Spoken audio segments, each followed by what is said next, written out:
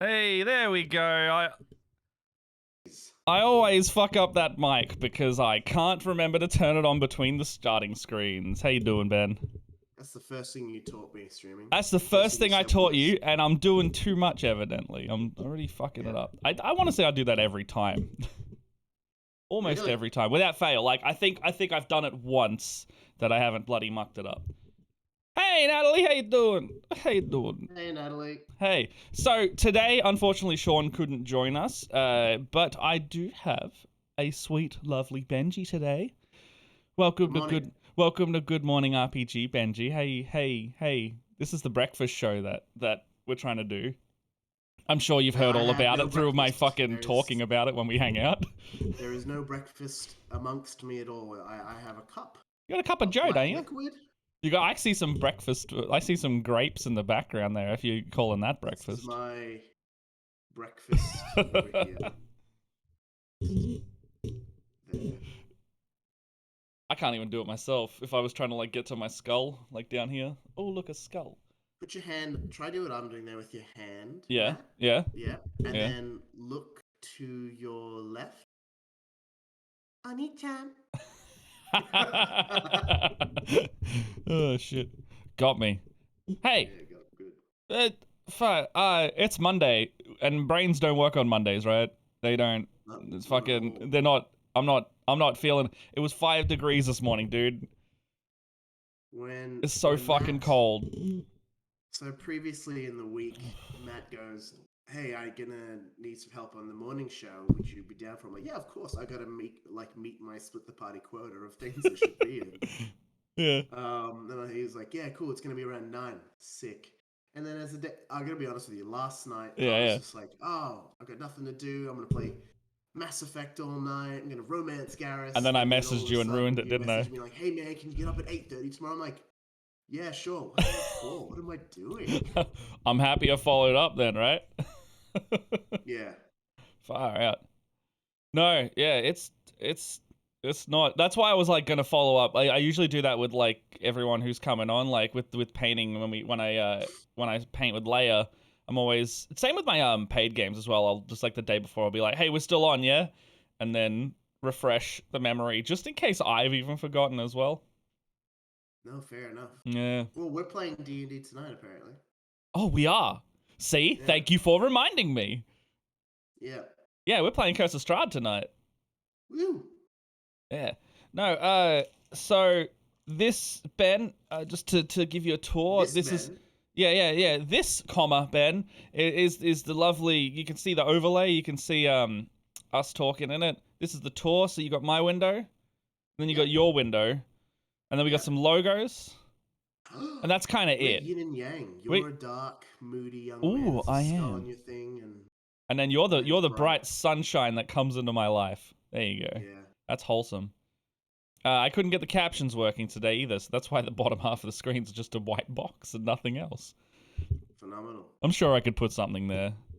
In fact, Ben, tell me about what you've been doing recently, and I'm gonna search for a little image.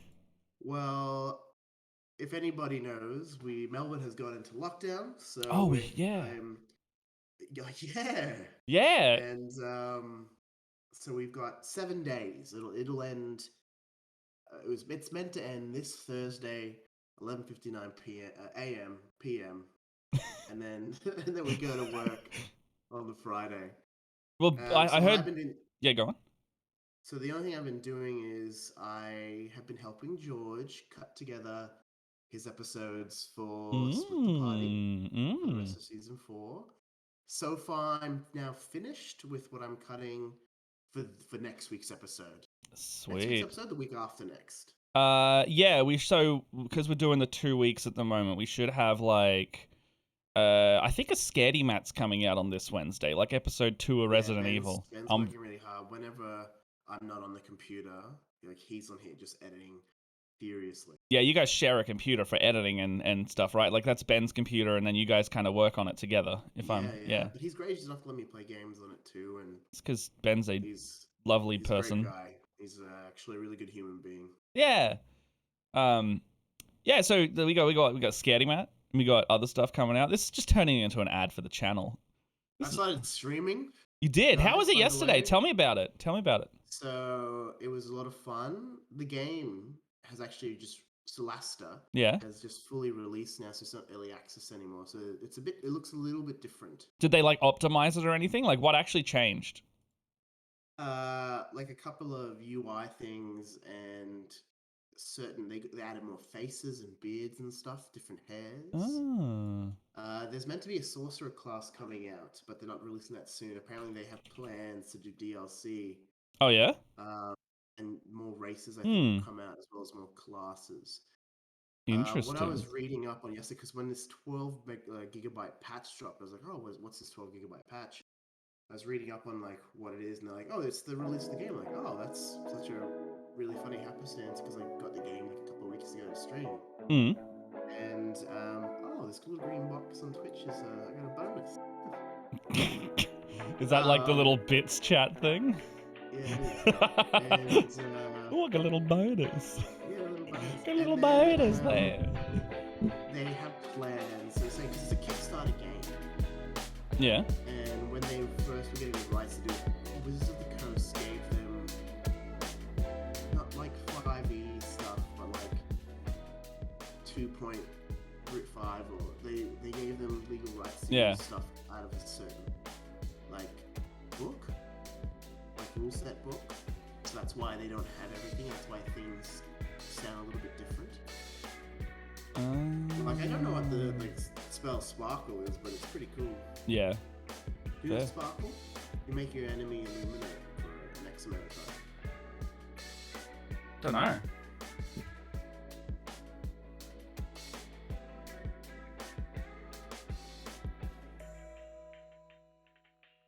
Not sure. Cow. How now, brown cow? While I've been in lockdown, I have been doing that as well as playing a bit of Mass Effect.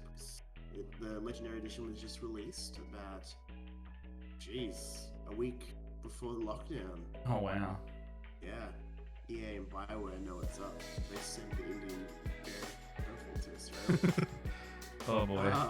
They fucking so I was reading into that, and so it looks like there was a guy who was in quarantine, and he came over and he did everything correctly, and then it was like they had a food delivery or something, and then across the hall, someone who was infected, like actively infected them from across the hall, so it kind of infected all three of them, and then they didn't get another positive in time for when he was getting released, so he was thought to be good, and then he went out into the public, but then his symptoms like came about within the next few days. So he got like, he had it, he got over it, and he got a second strain of it. Yeah. And then it just spread like wildfire. Crazy. That's intense. Well, it's meant to be the most fucked up COVID, isn't it? Can I swear on this show? Yeah, go for it. But It's fucked up. it's nuts. It's just so much shit. Hey, can you just give me some mic test right now? La la la la. There we go. I made your mic a little better on a separate channel there, Ben. You got your own. You got your own audio feed there now. Oh, sick. Couldn't find that image though. Look at that. You don't get that on my streams. It's just me. You mean it's just you? It's bloody. It's me in chat. Yeah, you in chat? What are you doing? You're hanging out. Hey, can you send me a certain photo that I'm looking for? What's that? You know the one? Oh no, I found it. I'm good. Don't worry. Oh, thank God, because he didn't preference that at all. He just said that out of the blue all of a sudden. No conversation about an image. Yeah, no, I do that. But no, I found what I need. It's one of my favorite photos of you, Ben. Uh-oh. I've got many photos of Matt, but he was not comfortable with me sharing any of them. No, so. not at all. So this is my favorite photo of Benji, and I'm going to stick it in this white box here. Hey, that's a great picture. I love this photo. It's a good one. It's a good one. That's me and Ben Martin. Yeah, it's your elegant, primal, dank, sexy, spicy photo. And I'm going to stick that. Photo. It's like your album cover photo. I'm going to stick that right there. I like that. It's like a little like home picture. So we have in our house, we have this framed photo of a friend of ours called Cherie who lives in Brisbane. I love that photo. We stick her up on the wall. Yeah. As we walk down the stairs, you see her every morning. Little touch, be like, "Good morning, Cherie." And I don't It's know like how your we holy, came in your possession holy of it. symbol thing. Yeah, I don't know how we came in possession of it, but I think Ben brought it down when he moved. But we have this like poster scroll, and it's of this like waifu anime girl. We don't know how it got into our house, Oh, and she's like, is that the one with like it's like the red bikini lady? yeah, it's very lewd. I found out very lewd. I found out who owned that. Was it you? No, it wasn't. It was one of my old housemates. Sounds like it does. Sounds like it was one of my old housemates, Maddie. Do you remember Maddie? Yeah. Yeah, it was Maddie's thing because I found a photo in my phone of her like posing with that and some hentai someone gave to her for Christmas. Well, what we do is we hang it just below Cherie. So as we walk down, we see Cherie and this little hentai thing. But we had a house inspection the other day. You had to take it. Did you? Oh, hold on. Did you forget to take it down? No. Oh, okay. Jordan, intern and producer Jordan, and friend of the cast member Ben Martin took it down, and I was friend of the furious. cast member. Yeah, I was furious. I wanted it to show loud and proud. Oh, so you wanted to keep it up? Wanted to keep it up, yeah. Yeah. Why not? You got to show your hentai spirit sometimes. Yeah, exactly. You gotta let your kink flag fly. Yeah. We should probably talk about some RPG stuff because that's kind of that's the vibe. I'll talk about RPG. So random parade goals. Yeah, what? Random parade goals? I don't know, I made it up. Okay. So this being one of these kind of shows with the RPG flavor, and I play a lot of D&D. You play a lot of D&D. In fact, we also make a show together playing D&D. What? So for real? Since when? What? What have you been playing recently? Like, do you play much at the moment during this lockdown? Like, what do you get up to? Because I don't get to see you a lot. Because you're all the way over there on the east side of town, I'm on the west, So far, we haven't played any board games together as a trio. We've just been drinking. And you were drinking a lot the other night. I saw it on but Facebook chat. A game that I played recently that I own is Pandemic. Mm. I played it with my partner Meridia, just two of us playing, and that game fucking beat me twice. Dude, that game's hard. It's really hard. If no one knows what Pandemic is, it's literally as it sounds. It's called Pandemic. You play as a task force, and each member of the task force have different abilities and powers. You randomly are given what task force member you are, and then you have to stop the spread of 4 different viruses across like a global map. Mm. And you can't you have like four turns in one round for your turn, 4 goes, 4 things to do. It's like 4 actions or something like that, right? 4 actions, that's it. That's a better word, actions. Your 4 actions, and like moving somewhere is an action, getting rid of a disease is an action.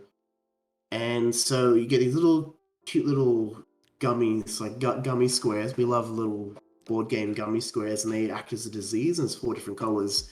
You can only have 3 on a city because it's like a whole world map. There's all these cities on there. I think Benji bought it as like a pseudo joke, but I also knew he wanted to play it. It's a co-op game. I like co-op games. I don't like hurting feelings of other players. Oh, they were just saying it sounds realistic to these days, like the game Pandemic. Yeah. I know who Asbury is. Oh, who's that? Hello, Emily. I think that's. Oh, hello, Emily. Yeah, but yeah, like, go on. It's a co-op game. You can play up to like 4 to 5 players, I think. And as you can make the game progressively harder for yourself if you want to as well, or not. It's difficult. I play on like medium to easy because that game just gets so brutal if you don't know how to, like, unless you know like how to do the movements and everything like that, it'll just kick your ass. It was crazy. The second time we played, second game, we lost within like the first 2 rounds because it just kept on like got worse and worse. It does the thing where like it's like we got a contagion. It just keeps spreading, right? Like it fucked me. What have I got? I've haven't really been playing like a load of like board games at the moment because I want to play them with you guys. But Yeah, I want to play board games with you too. yeah, you guys were talking about it the other day. I was like, fuck, I want to play some board games. Like, I got all You of the should come root on over. expansions now. No, I you probably can't do will that. when I can. But no, it's I've been playing a lot of just like the paid stuff, but then we've got our casual Strahd game tonight. So Are you talking about D&D now? yeah, why not? I mean, Dungeons I and don't Dragons? mind. What, sorry? Dungeons and Dragons. Yeah. So we're doing young Emily Asterbury here in chat. She actually, I'm going to DM a game for some people I know. She wants to play, but my party limit is too big. So, I'm running into that with the Curse of Strahd game. If people rock up, too many people rock up tonight, I'm gonna have to be like, guys. She got kicked from the group. She's Man, she wasn't get kicked. She was. You fucking booted out this kind person coming to watch the RPG show in chat. I'm gonna have to put her in now that she's supporting us on Twitch. Don't worry, Emily, I got your back. I'm gonna shame Ben on air right now to make you get back in. Ben, she's probably laughing. Put her back in. Yeah, I'll think about it. That's so loyal funny. fan of the show. She's not loyal anymore. You're kicking her out of a fucking game. Chance to play with Benny boy. No, play she's probably D&D. the best character in a bunch, Ben. She's just so sitting there raring all, to go with her taunt. Sorry, I'm just rambling. Go on. They're all first time players, brand new to D&D, and it's gonna be like good for me to. Player, Ben, we're kicking out of. Yeah. So I'll stop. I was just gonna keep amping up. I will not play Sims with you when it comes out with multiplayer. You're fucked, dude. You're straight up. You're fucked now. You get to play the Sims. Who's gonna go to the gym with me? In the Sims? We'll or go to the gyms life? and work out in the Sims. Oh, I actually work out with Emily. Well, we worked out once. Was it like a one, and now you can say forever that you guys are gym buddies and you don't always go to the gym together? Yeah, 100%. Yeah. 100%. I knew it. What are we talking about? You're talking to me about D&D. Oh yeah, so we got a Curse of Strahd game tonight. And we got a few split party in there. Well, it's like just George, Brendan. George, Brendan. What do you mean? Lydia's the one who organized the game. Oh yeah, Lydia's in there too. Lydia's the one who grouped us all together and was like, "I want to play D&D again." Not like apart from the on-camera one. And yeah, she's like, "Let's play a campaign. It'll be like 2 weeks." Like it'll be 2 weeks long. She thought it was gonna be really short, and like no, that campaigns are short. Wasn't that like she played in a campaign with me for like a year and a half? No, wasn't it that like the other guys, the newer players? No, but she was saying to them that like, oh, it'll be really short. It'll be like a month or a couple of weeks, and then when we told her that like we'll see you, we'll like be playing Curse of Strahd for like a year, they were like baffled and bewildered. They were like, "How does the game last that long?" And I was like, "You'll see." Yeah, the only D&D campaign I've ever finished for the first time in my life was when we played Tomb of Annihilation together. Yeah, that was one of the first ones. So I'd run Tomb before that at this point. So that was I think that was the second game I'd ever finished, like fully finished and wrapped up, and everyone had little bows tied and stuff like that. And then we had, what else we have? I had my Ravnica game finished. That was with Jess and her group, and then I finished my first paid game probably about a month ago. I did my Curse of Strahd finale with them as well. Oh, sick! Are they gonna? Yeah, they're still. Yeah, so we're running like my Skyfold one shot at the moment. So they just finished that over the last 4 sessions, and now we're gonna start Rime of the Frost Maiden. Oh, Emily, this is my producer. Hello, I make the show. But also, my longest running friend who lives in Melbourne. Yeah? I've known Matt for 14, 15 years. Oh god, it's too long. It's just too long, man. We gotta call it off. That's crazy. That's a crazy statistic to say. Oh, we gotta just call that off, man. That doesn't feel good.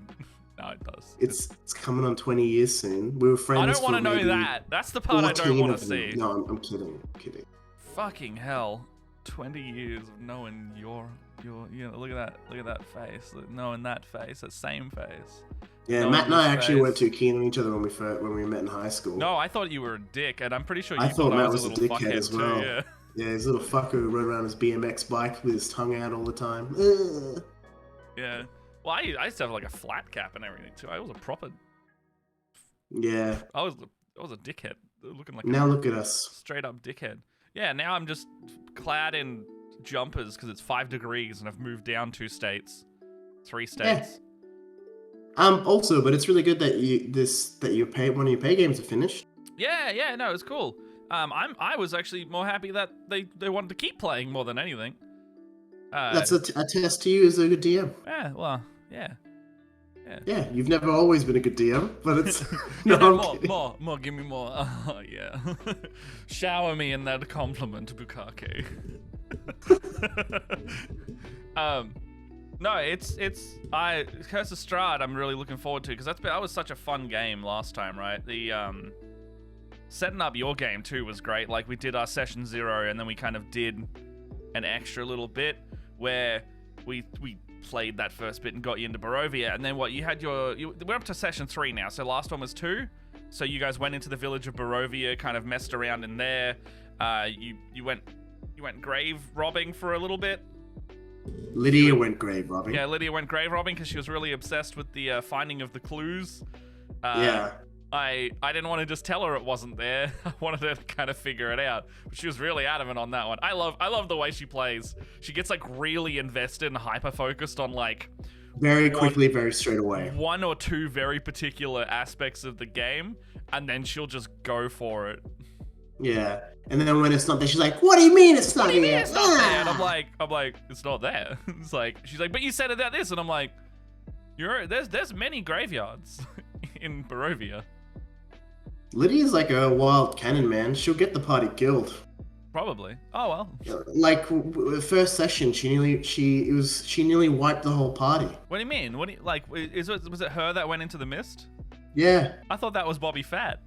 No. Oh, Bobby Fat. Okay, so this guy, there's a new player in this game. Like I think brand new to D&D. Brand new to D&D. So we got 3 brand new players, and the rest are like split the party from some form or another. That's spoiled today.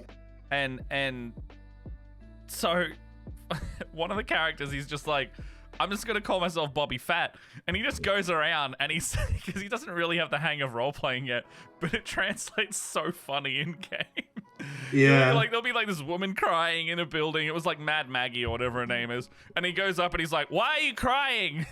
Hey, I'm Bobby Fat. I'm Bobby Fat. Why are you sad? Hey, what doll is that? What doll are you holding? Yeah, she's like holding this treasured thing that reminds her of like the last time she saw her daughter. She's like, "Can I see your doll?"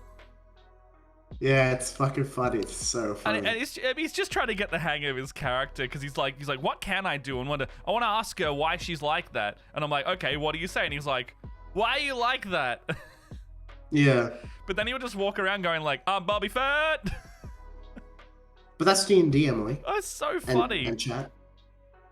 Oh, it's so You're fun. around just yelling things at NPC. Yeah, I mean, well, it's the beauty of it, though. You can do whatever the fuck you want. And if that means you got to get used to your character and doing it, then, yeah. I get such a kick out of running the new players, because you, is Foster? So if we got Foster...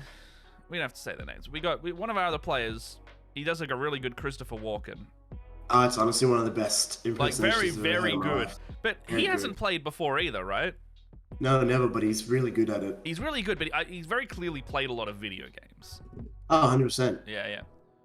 Sinead wants to get... Oh, sorry. Like you said, we shouldn't say names. We've said all of the names now. We have this young actress who also is getting into D&D for the first time as well, and she's playing a druid, but she's really into it, and it's really good because she's really good with improv. Because I got a bonus. Because stop getting distracted by the Twitch. Because she's like yes anding a lot, so she'll like roll with everything, and that's really good D&D. They improv pretty much. She gave me her backstory just through role play, yeah. Oh, I still haven't done that. You should do that. It's session 3, my guy. Yeah. I just think it's so funny that I've just been going around saying, I used to be this, I did this when I was younger. So for everybody who wants Sue's in chat, I currently play this like Taunton. And it's actually, I play a lot of humans when I'm outside of split the party. Like I always just pick human characters to play. This is the first time in a long time that I've picked like another race. So I'm playing this Taunton, and he's like this. He's a monk bard. He's also a butler, and so he's come to Ravnica to find his master because it's Barovia. Oh, You said what did I say? I've come to Barovia. How? I've come to Ravnica. I've come to Barovia to find my master. And he's this really old, slow turking, like, turtle, just like, yes. Yes. Yeah. Where it's great. is my master? But that's a really cool thing about making brand new characters, trying to do different voices, because the last character I played in my last campaign was basically a ripoff of Arthur Morgan from Red Dead Redemption. I had so much fun playing that character. I loved the voice. My kobold's just Matt Berry. It's just me playing Matt Berry, except he's a little safari ranger. Yeah. Everything comes from an inspiration, you know what I mean? And I'm just going he's like, demons are everywhere. Oh, better sort those out. Yeah, and Arthur Morgan's this like Western I ain't a good man, but I ain't a con man. Yeah, I'm here to get my money and go. Yeah, he got Flanderized a bit towards the end, admittedly, but Oh yeah, no, he was alright. He was. So what I like to do when I play D&D is, I think it comes because I have a background in acting or whatever. It's a bit wanky, but my characters, I really want them to have like their own personal moral journey. I don't want them to be the same person by the end of the campaign. I'll like let everything kind of affect, and I'll try to take on things. Yeah. So for me, it's a little bit of escapism, but at the same time, dude, D&D is escapism completely for me. It's why I run it so much. Yeah. I just love that, like the mental storytelling. It's great. Yeah. What were we saying? So Arthur's arc? So Arthur started off as like a guy who worked as an interim. He was like a cleanup man, like not a good man, not a bad man. He had a very strict set of like rules and codes for himself, and he was there to do a job. He was which he did do. Yeah, he was sent to like go get Artus, right, in the ring. I was meant to get the ring of Winter. Yeah. Which I did do. And no one like after I got the ring, I didn't put it on. Oh, even though it was calling out to me. But I wish you did. Yeah, and then he lost his friend in like the second session of D&D, like because another player who I was playing with, we came together as like a duo within the campaign. Well, Jack's been on camera, so just say Jack. Oh yeah, well Jack. Jack who DM'd our he was game mastering our Kids on Bikes episodes. Yeah. Well, he died. He died very quickly. So then I ended up building these relationships with the other players and the other characters in the game. And then it eventually kind of turned me, because I started the campaign as like in the evil alignment, but then I kind of went more to like a neutral evil, or like more of a neutral. He was good by the end of it though. Sorta, kinda. Yeah. He's like a very loose neutral good by the end. He at the end of the campaign, his epilogue was he went off to beat slavery. As in like, yeah, okay. I can't remember what we did with that. Yeah, we didn't. But it's the end. Tied off. I'll never play Dallas again. I never go back and play my old characters. And if a character dies, I never play them again either. That's for me personally. But other people play differently, so. I usually, because I get to play so little. Actually, no, I haven't had a character die recently at all. I usually go like, I've got a couple that I'll play. I'll play Scraw, which is like my Arakok or Gunslinger. I've got my Kobold Douglas, who's the ranger with the giant. Actually, his spider died. He's got a giant axe beak now. He's called Charlemagne. So Charlemagne and Charlemagne, and then I've got a lion called Charlemagne. And it's the naming convention is just going to keep continuing it. No, I like it. I've never lost a character. I've never had a character die. I don't think I have either, but like as a player character, I mean DMing, they all die. Everyone dies. Oh yeah, of course. But poor Emily, she's hearing about all this D&D and. Oh, you're tuned into the wrong show, Emily. It's all about RPGs here. No, but she's just hearing about all this D&D fun, and she's not even playing. Emily, hit me up. I'll run a game for you, and Ben won't be invited. No. I'm kidding. Emily will come play. We'll come play. So, we got. You're teasing me, naughty, Ben. Oh, I'm gonna blow you up, Ben. Are there any board games behind you that you haven't played? Or anything Actually, that you many. want to play with Jess? Many. So I don't get to play board games with Jess a lot because she doesn't do well with the longer time ones. So you can see behind me. I can see a couple of the card games I haven't played. I've played most of the big ones. I think the only one of the big ones I haven't played is one back there called the Networks. And you'll love this. It's everyone owns a TV station and they need to make up their run of programming. So you need to choose. That's awesome. You need to choose shows and commit money into it and see if it's successful or not, and try to market it using the board game mechanics. I've owned that game for like fucking cool. I've owned that game for like 3 years. I owned that. You never played it? I owned that when I lived with Ben Martin, and we never got to play it.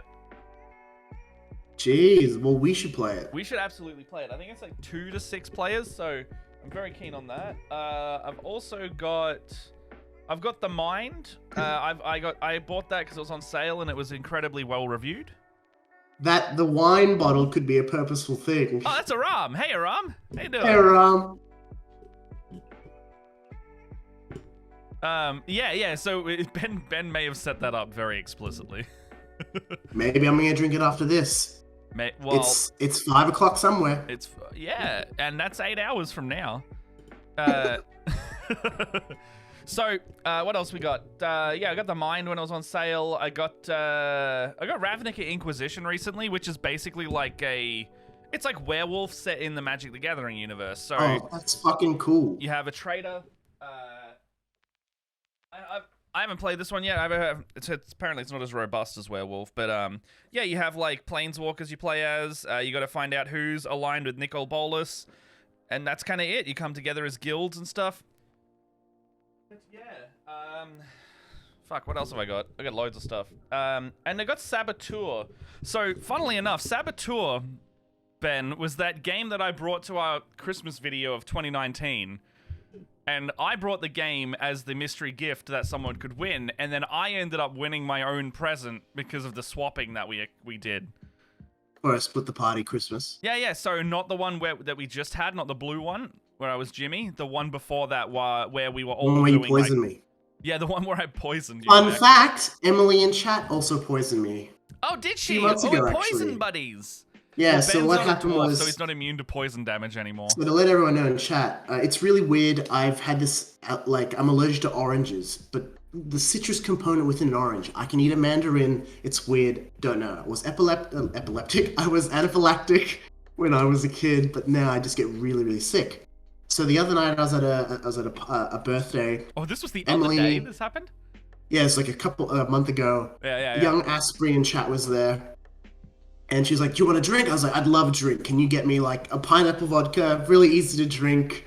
I have one of those. She's like, okay, gotcha. Oh no, she got your orange juice and vodka, didn't she? She comes back. She's so happy that she's like, here you go, Ben. I'm like, thank you so much. I take a sip. You're like, and I look at her and I go, what's this? She's like, it's a pineapple vodka. And I went, and? A pineapple vodka orange. And I was like, I can't drink this.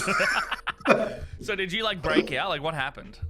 I got sick. For the remainder of the night, I felt like throwing up all night, which I didn't tell Astorbury that, but there you go, surprise, spoiler. Surprise guilt.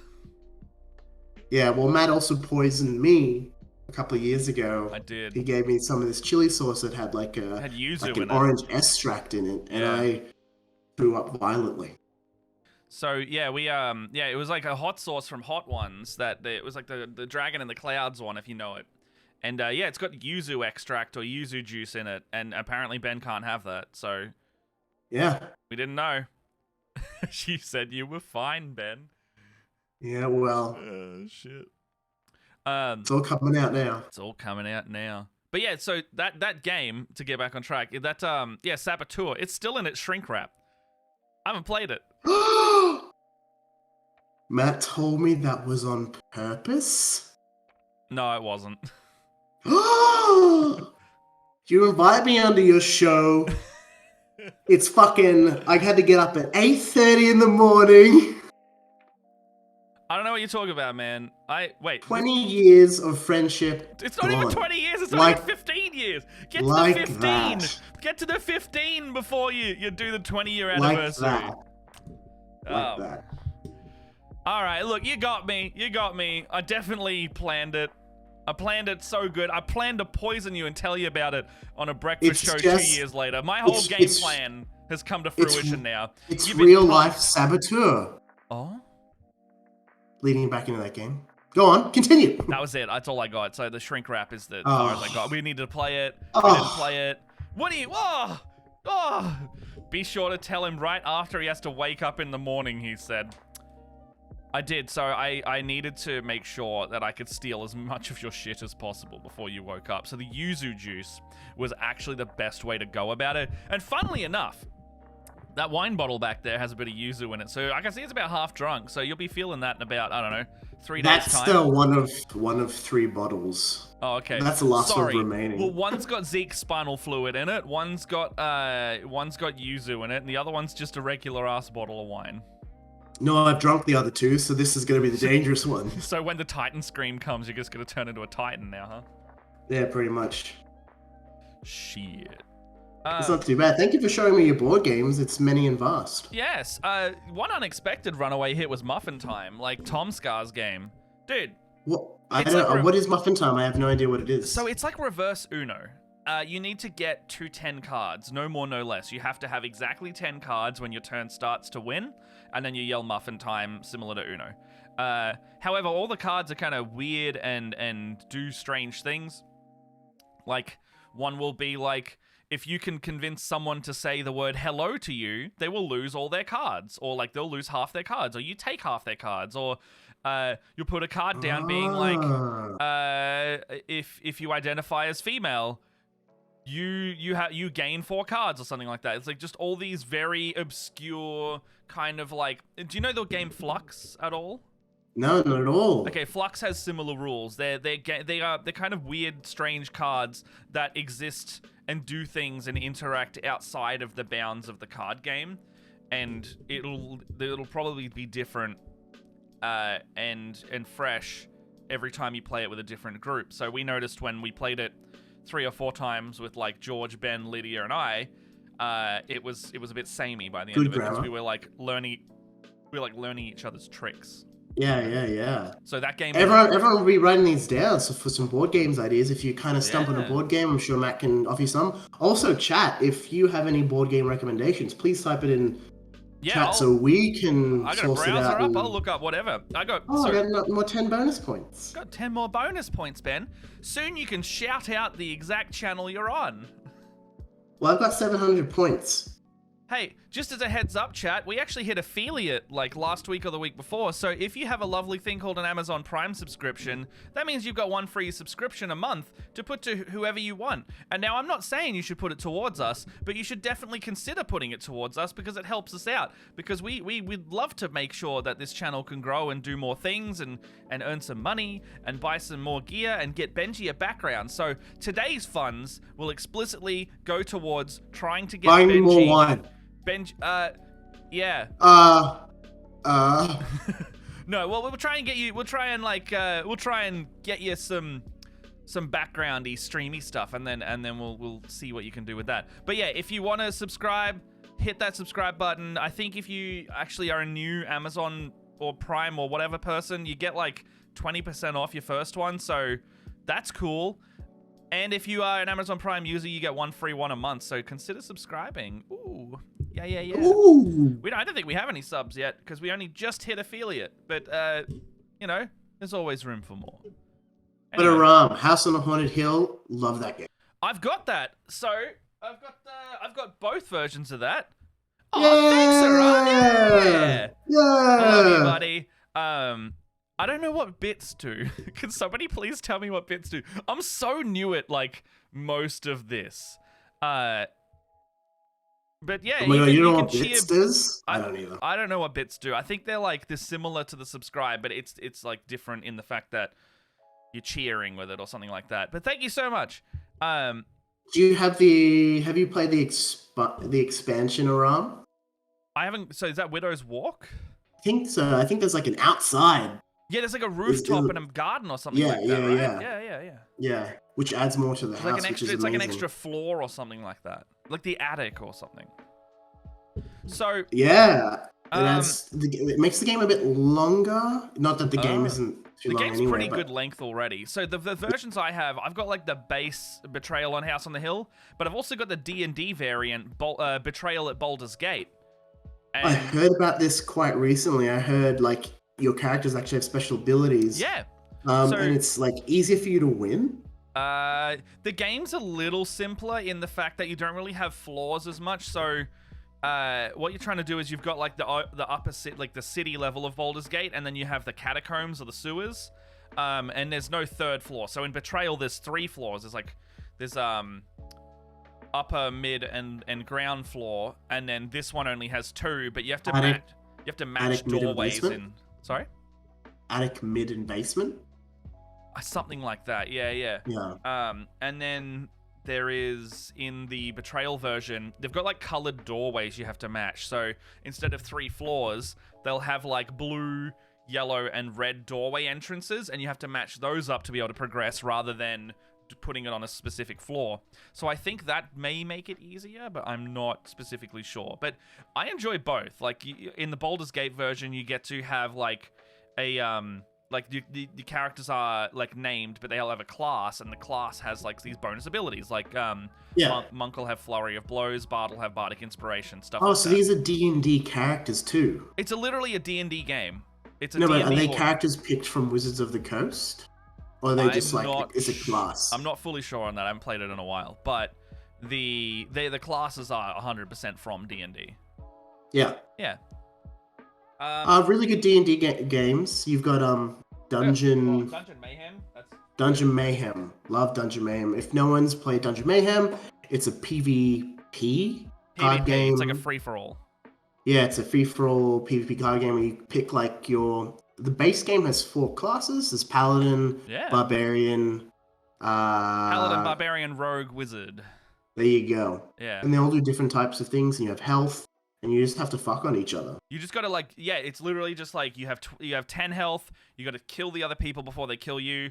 I've actually got all of it now, so there's an expansion where you get like a druid and a ranger, and then a big box expansion called Monster Madness.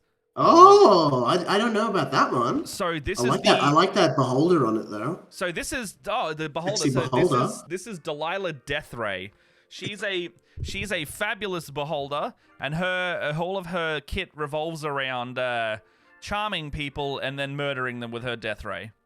Oh, so you can play as monsters. So yeah. So this bigger box basically holds Monster Madness. yeah. It holds all of the other ones, but it also adds 6 additional monster decks. So now there's 12 different decks. So you could technically have a 12-player game if you like. We frequently do like 6 to 8 players now. But you can play as a Beholder, a Mind Flayer, a Gelatinous Cube, an Owlbear, a Mimic, or a Dragon. That's sick. And they're all themed. So the Mind Flayer is Dr. Tentalicious, and he's a therapist. The dragon is Lord Cinderpuff, the businessman. Jess loves playing. So hey, Miss Cass is in chat. Hey, Jess. Hello. The Owlbear is a circus performer called Hoots Magoots, and I really love that name. Hoots Magoots. Yeah, his name is Hoots Magoots. There is the Mimic, and the Mimic's like a bunch of Mimics in one deck called Mimi Le Chase, because it's a chair. And the Gelatinous Cube, I think, is just called something like Hugs or something. Oh my like god, that. Look at that art for the cube. Bring it up close to the cam. I want to see it. No. Oh, the cute one? He's so cute. Bring it forward. Look at him. Look at him. Cute. So, what do we got here? I've got bigger versions of him. So the cube is called Blorp. Blorp. Yeah, look at him. He's got a little goblin dying in his body. Oh, it's adorable. What a sweet young man. And they've all got abilities like themed after each other, right? So, or they. The dragon has an ability called like I think it's called Contracts and Killing or something like that. And he basically goes around and tries to make a deal with every person at the table. And everything they choose, he can also take an action of. So he can like heal or damage or draw a card that way. There's a board game that a friend of the show, Jack, has called Diplomacy. He was Oh, what's telling me that? about this. So he was telling me about this the other day. So Diplomacy is where you come. It's a very long game, Yep. long-winded game, but you come to a house, like a real-life house, where you play the game. And Yes. like a charcuterie is all set up there, so it's like a game you got to invest a lot of time in. Oh, really? And then what you do is you have to create you spend like 10 minutes going through the game, and then you get little like cards that give out like your roles or whatever, and then you disperse, and then you go around to other players and see if you can form like an alliance or talk about backstabbing a different person or something like that.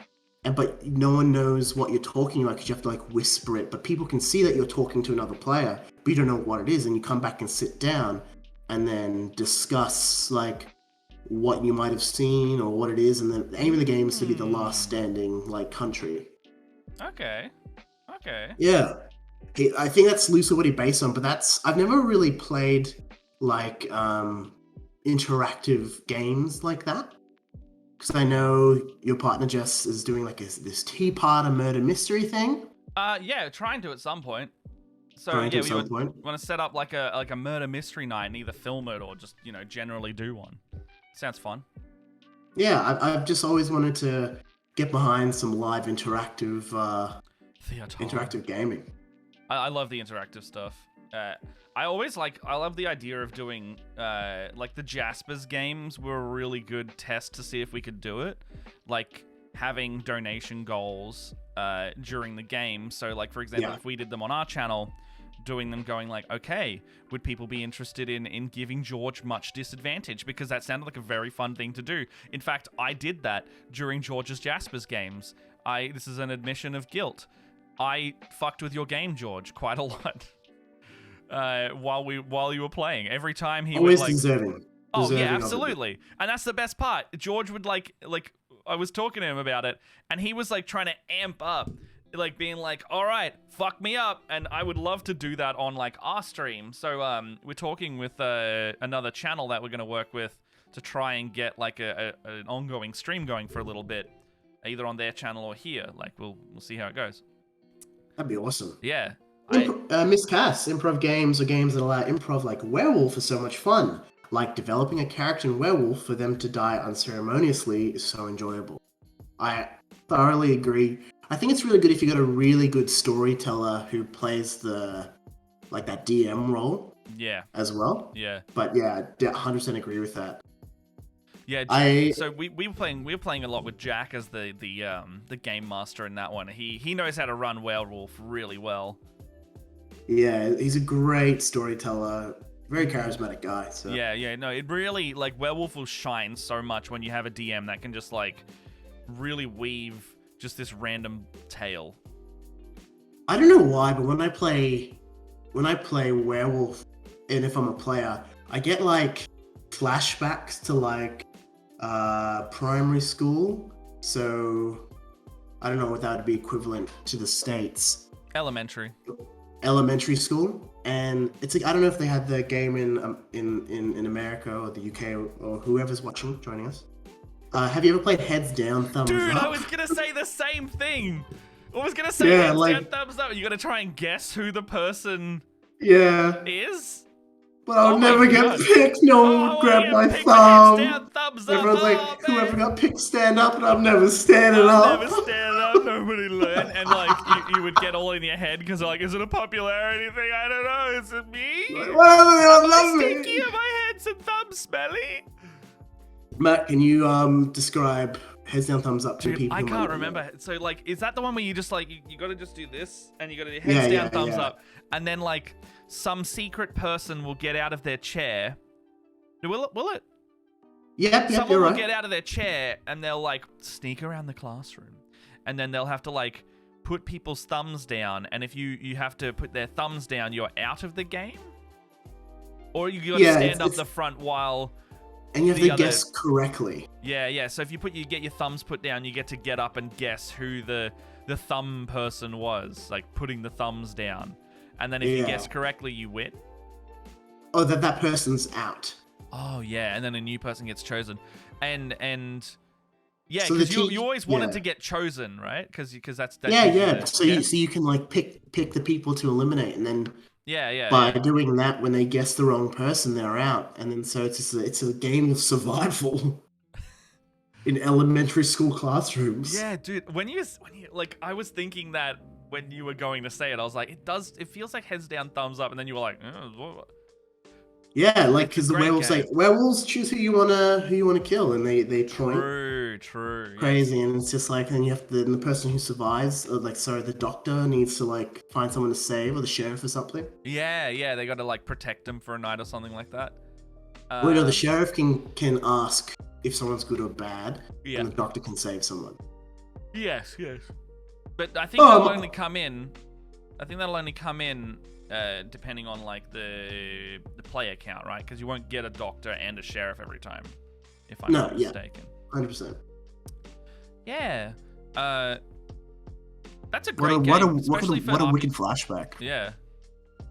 Just realized. No, it's a really good game. It's like a really good social game as well.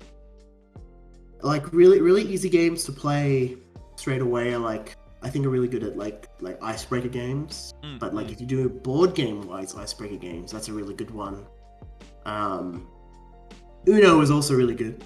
Fucking people over very quickly. That's a classic game. So I bought the game that you recently had. This is the board game day apparently, instead of as much RPG. I mean, actually, werewolves kind of RPG-ish, but the game that you kind of turned me onto a game that's really simple and really just like fun and quick. Monopoly Deal, or Monopoly Go. Great game. The card game version of Monopoly. It's very fun. But I always call it Monopoly Go. As well. Sorry? Yeah, you get it from any like supermarket or wherever sells board games. Yeah. Mostly like a Kmart or a Target or like a Safeway. Dude, you can get like I've seen it cost like $20 in places that, charge too much. Or I've seen it as cheap as $5. I think I bought it for like $10 and then I found it the next day for $5. But if you see that Monopoly Deal for $5 to $10, grab it immediately, because it's like, it's not as long as Monopoly at all, and it's also just to kind of fun. You got to collect properties, you can steal them off each other. That's it. Like all the stuff is just on the cards. If you hate Monopoly, this has nothing to do with Monopoly. Yeah, like it's so separated from, because I fucking hate the two board games I don't fucking like to play are Monopoly, and I fucking hate Catan. Oh, I thought you were gonna say Risk. I've got Catan behind me, but I admittedly don't really enjoy Catan either. Don't like Catan. Get it out of here. Is it what about Catan do you not like? Catan not handle it. No, that didn't hit well. That didn't land. Right. Not for me anyway. Land? Not for me. Like. I don't know, audience, let us know if you liked Benji's joke. I can't believe it that joke didn't land. No? Nothing again? Alright. But those are the two games I really don't like enjoying. So Monopoly Deal has nothing to do, apart from like, the places you can stop on and the money and things, and you can put like hotels on built properties and stuff.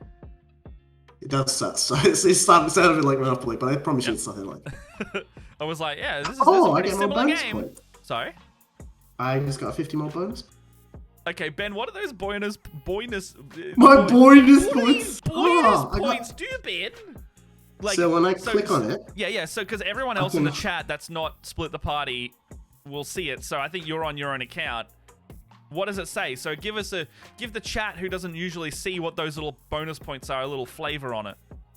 It says highlight my message, so I'm assuming that it will highlight my message in chat. I go unlock a random emote? Subscription emote. Okay, well we don't have those yet. So moving on. I've got send a message. Oh look, Jess just did one, so she dinged her highlight message. Oh! So you can highlight messages and we can see them easier apparently.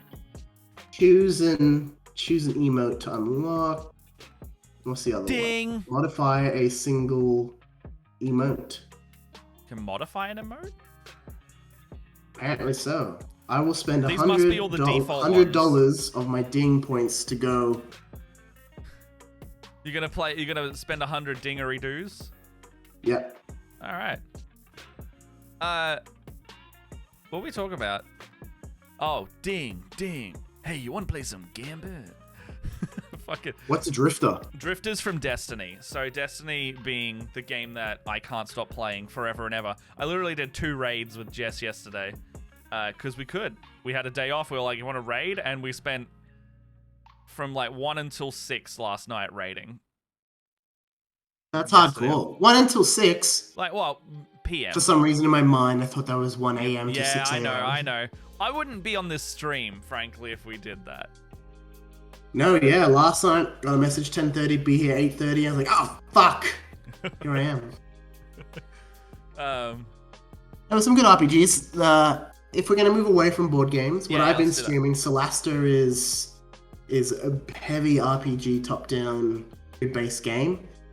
As I was saying before, it's a game that's been kickstarted, but is now available on Steam. I think it's on sale for a week before they make it full price again. Takes place in a random world with D&D mechanics. You have what's it 6 called? classes. Crown of the Magister? Solasta, Crown of the Magister. Crown of the Manager, Solasta. Crown of the Manager. This is I'm just chucking a link in the chat if you want to check it out. We're not getting paid for this. I think we just like the game.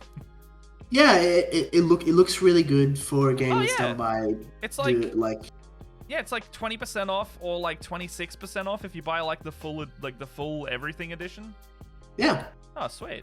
I think that further DLCs for that as well, but I don't have that. But the cool thing is instead of having characters who are supplanted within the story, like say Baldur's Gate 3 have those those characters that you can do, or you can create your own. Oh, like the apparently, yeah. Is that like as in like the companion characters, or? There's companion characters, but apparently, in the base game, when Baldur's Gate gets fully released, you can pick one of those characters to play if you don't want to create your own character. That's what I was aware of, anyway. So you can pick to play any of those characters. I thought it was if you played single player, you got those characters joining you because it's kind of a multiplayer game, but you just get to manage them I saw instead. some early gameplay where someone picked like the vampire dude and he was the character that you played. So I don't know if they've scrapped that or not. Maybe. But what you do is there's a party of 4, so classic D&D party group, and you actually create your party. Like you go in, you create the characters that you play, you give them voices, names, backstories, whatever you want, and they meet in a tavern, classic D&D stuff. And then you just go on the quest. And then you go on the quest and hilarity ensues. Nice. Well, you've been doing that for the last couple Sundays. Can we expect another one this Sunday? Are you going to continue? Yeah, of course. I'm more than happy to continue playing on Solasta on Sunday. What have we done? So the first episode was character creation, and we kind of got sworn in as deputies. Then we traveled to the next place that we got sent to. Mm. And then second, what I did on Sunday was which you can rewatch now on our splittheparty.tv. I think it's just in the channel clips or where past streams you can just see it if you want to catch up. We went through this garrison which were attacked by these things called Sorax, and they're like these lizard things, these shape-shifting lizard things. And they killed everyone there, but we got 2 survivors and we brought them back to the city. And the city has tasked us with finding evidence and proof that Sorax are real. So then we moved all the way to this other place, and I did this like dungeon crawl in this like magical tower, and there was puzzles and stuff. And then we killed this boss, and we nearly died. Chelsea went down once. Yeah. Anyone died yet? Anyone died? No one's died, but Chelsea's been down. So statistics for Chelsea's Solasta, like the paladin tank, right? So she's probably going to die first. Chelsea's a paladin. She's kind of like our tank. I've got George, who's a spellblade fighter, so he's a DPS and tank as well. Pretty much a warlock at that point, right? But fun statistics. The character that I made. So I made Matt within Solasta as well to create as part of the four. His name's Matt Jimmy, and he has the highest body count I can rely on that to get things done in combat. So yeah. Good. I like that. And he's our party heal. He's a cleric. So I kill and heal. Yeah, baby. I've got that duality of the game. Yeah. Another RPG I've been playing is Mass Effect. Classic Legendary Edition was just released. I'm a huge fan of the Mass Effect franchise. So there's so much hate on Mass Effect 3. Totally get that. Totally understand. But you know, like at the end of the day, Mass Effect 3 was like the most well-received one. Or was it just the ending of Mass Effect? People hated the ending. The majority of the game's quite good, but like the ending, everyone didn't like the ending. It was Andromeda that no one really likes. Yeah, I thought Andromeda was the one people didn't like, but number 3 aged really well. I think number 2 aged really well. I don't know. Which is what I'm playing I know right Jess now. plays a ton of Mass Effect. Like, she's got the new one, and she's playing Space Sim. So I finished Mass Effect 1 last week, and now I've moved on to Mass Effect 2. Every time I play Mass Effect, I start off as Fem Shep. So that's the canon Shep, right? I think canon Shep is male, but they wanted to switch it around by the third game. Oh wait, no, hold on. I think it was canon Shep is male, but everyone prefers Fem Shep. 100%. Yeah. So you can pick between a male or a female character. You can give them a first name, but they'll always have the last name as Shepard, so you don't feel like just some nameless random created character. Yeah. Or your party members refer to you as Shepard. It's the story and narrative is written so well, and these characters are really fleshed out, and you really grow to love some of these characters, as well as Shepard itself becoming what you can do pretty much. Like for example, I'll tell you about my Mass Effect 1 playthrough. I romanced Caden, he was like my boyfriend, and I had to leave him on Vermeer. Spoiler. It's a 10-year-old dude. It's a 10-year-old game. Garrus is also my BF. He's my husbando.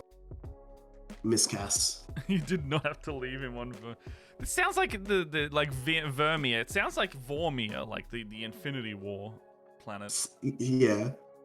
So the reason why I left him is because narratively I was thinking how I wanted to play at this time, and I was thinking, I know Ashley is a space racist, but I think her becoming a Spectre in the third game shows a bit of growth, especially from FemShep, and like she's somebody I look up to, blah blah blah. So in my mind canon, by the time I get to the third game and she's progressed to Spectre herself, there's kind of some growing there for her.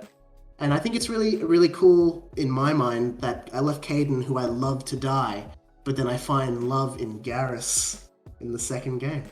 Because the first time I played the fucking game, I was FemShep, I romanced Caden, saved him, cheated on him with Garrus. Third game, blew up in my face. Oh, so the whole, it all continues through? Yeah. So, in the very first time I played years ago, Caden goes to hospital, and I'm like, oh, Caden, bro, my old flame, how are you? He just goes, I know about you and Garrus. I'm just like, oh, shut up, man. Hey, you don't know shit, dog. Shut up, man. What do you know? Garrus loves me. That's really funny. I haven't played any of these games, by the way. Highly recommend it. Highly recommend it. Just came out now. I know Jess got it, but I just don't think I'm gonna play it. I don't think it's the game that I'm gonna like. It sounds fun, but it doesn't sound like something I'm gonna like want to play the long haul of. That's true. In Mass Effect 2, they kind of fringe all the partners from the first game, and they come back all pissed in ME3. They sure do. Yeah, 100%. Are you playing any RPG, Matt? Tell me about your RPG love. RPGs? So, I picked up Pathfinder, picked up Cyberpunk. Oh, come on, be more excited, brother. Sorry, it's the fucking morning, man. It's good morning. I haven't yawned once. Huh? I haven't yawned once. I need sleep. That's my secret, Cap. I'm always tired. I always need more sleep. So, yeah, no, so I've just been playing a lot of D&D. I want to try out a couple of these things. I was actually looking up the, again, I play a lot of Destiny. So I know of a D&D 5e conversion for Destiny, and I would love to make like a stream or a recorded content, something. I need to test it out first. So if anyone wants to play it, let me know. Because I need to learn how to use the Destiny conversion mechanics. Because apparently it's like you get light characters, you get darkness subclass, like not subclasses, but you get all of this stuff that heavily converts D&D 5e. So it's still a D&D D20 system, but set in the realm of Destiny, so they'll give you stat blocks and everything like that. So if you know how to play D&D, you'll switch over. But Could it be an easy game to pick up for new players as well? Say again? Could it be an easy game to pick up for brand new players? Well, it's a conversion on 5th edition, so I would assume... I think the assumption is that you know how to play 5th edition when you do it. So,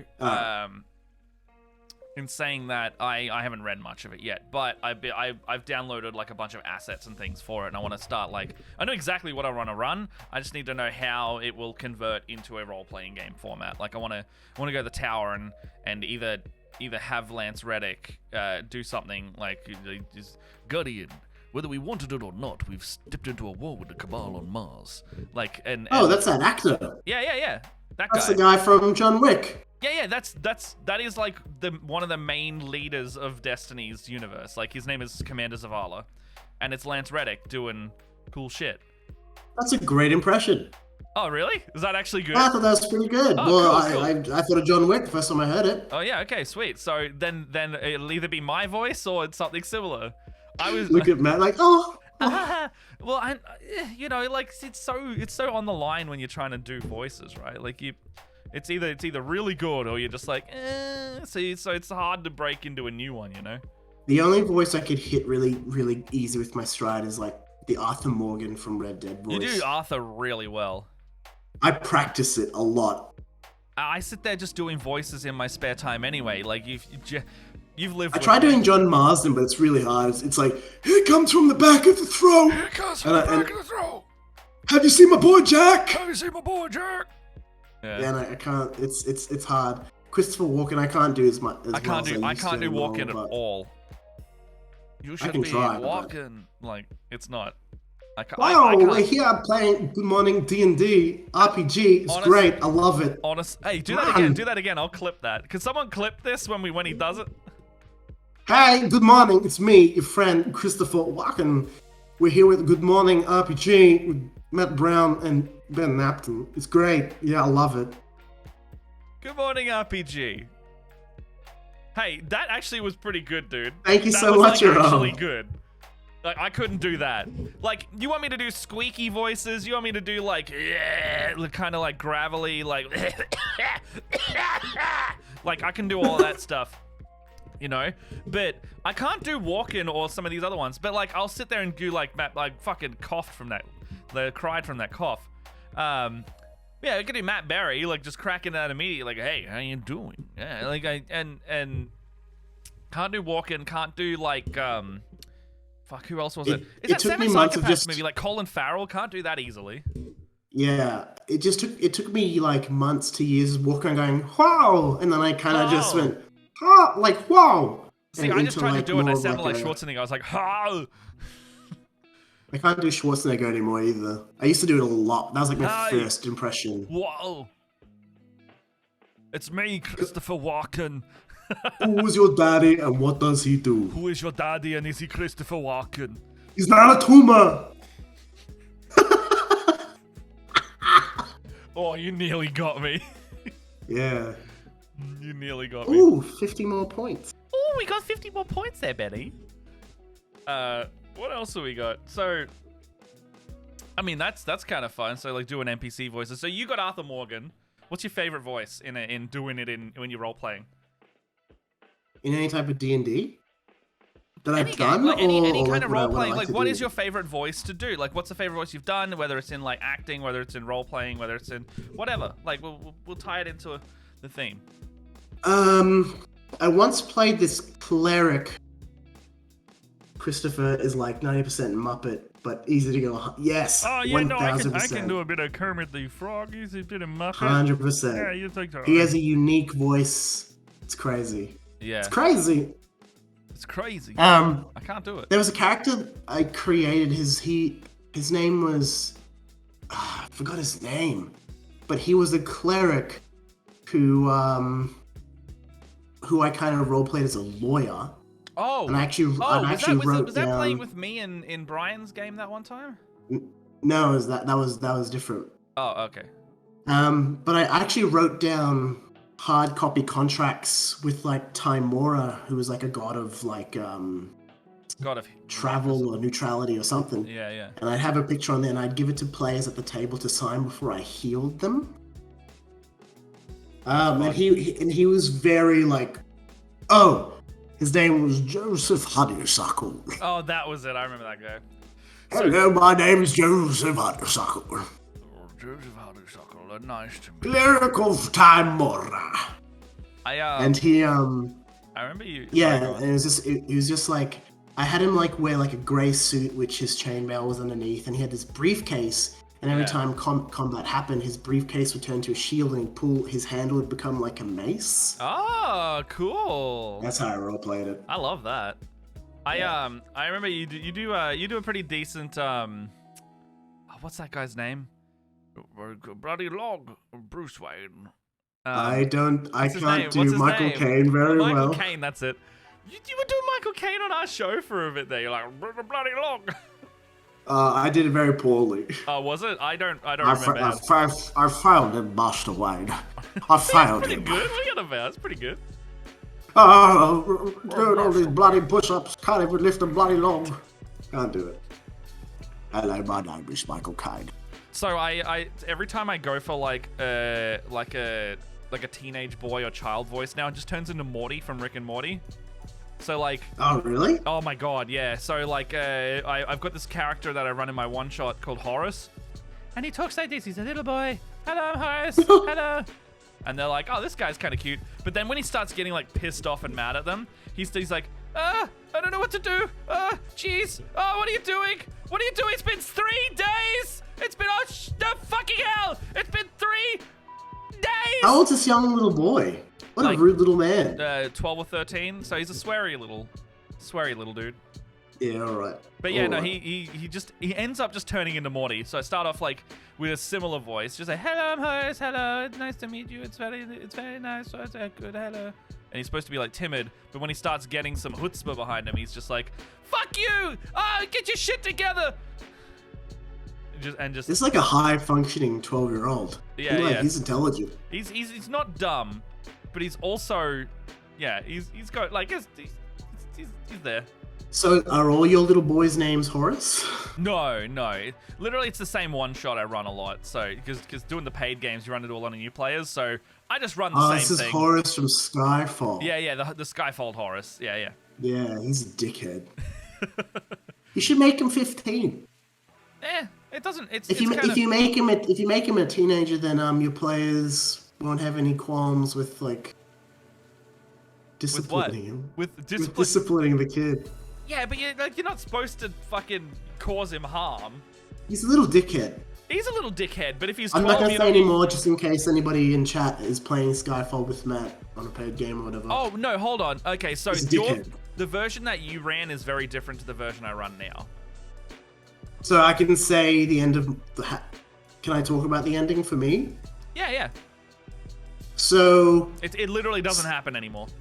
This D&D campaign that Matt created, beautifully created, takes place in this city above the sky. It's like a New York City in the sky, an LA in the sky, whatever. It's this huge city run by guilds and things like that. And you have to bring this kid who's got turnips and you bring it to the sky to sell at the markets that are there. And then all of a sudden, like, intrigue happens and get that mouse out of my screen. No, I'm kidding. Intrigue happens. Weird. And... It's coming up. The cursor's coming up. I'm trying to pick your nose. The cursor's coming up, but like, it's not on your window. Don't worry. Go on. Intrigue. Regardless, so all this intrigue happens and like all this bad stuff happens in the city, and everyone thinks, oh, it's these new people that have just started, which is the players. And we're like, oh, no way, man. We're chill as fuck. We're here to help you, motherfuckers. And then you can pick like a guild to maybe like curry favor with. And then all of a sudden, it ends with, like, the fucking city falling out of the sky, like, Age of Ultron falling down stuff. And turns out this little fucking dickhead, Horace, is the one that caused it all. And so what we did was we cut his hand off and gave it to his dad. It was like, your son's a bad boy. Teach him a lesson. Oh, my God. Yeah, so another version I ran of that, one of my players just straight up just like, they didn't want to have to deal with anything that was going on, so the boy ended up dying. And the city just like, what did they happen? The city didn't get saved in their one. It just smacked into the earth and broke, and it was just like a huge cataclysmic event. Shit. Yeah. Well, to be fair, ours did too. However, we evacuated most of the city. You did. No, their version they. Oh no, hold on. I think their version they saved it very just. Yeah. It was crazy. Like we're sitting at the table, and all of a sudden, Matt pulls out his phone, and he presses go, and a fucking timer starts going down. Like, what is that? He's just like, I don't know. Solve the city from falling. And I was like, oh my god. So to preface that one, I usually ask players if they're okay with that now, because I know, I mean, in our group, we very much knew that it was going to be fine, but when I'm running it for newer players, I have to go like, is there anyone with anxiety? Is there anyone with like aversion to high pressure? Yeah, because since creating that and running it, I've realized that not everyone likes the timer aspect. They want to have that time to make a decision, even though it is like tense and high pressure. Putting a physical timer doesn't always work. Fair enough. Yeah, but it works with you guys because I know that you would be able to handle it. You know, like it's so dependent on the table. Oh, I didn't handle it at all, but I knew. But I meant in the sense of like, in the sense of like. So I know, so like neurodivergent people, like with like ADHD, I know some people would not be able to handle that very well, and so I wouldn't run it in that situation. But I would also ask them, hey, is this okay? If not, I just won't do it, you know? Oh, that's fair enough. Yeah. How long?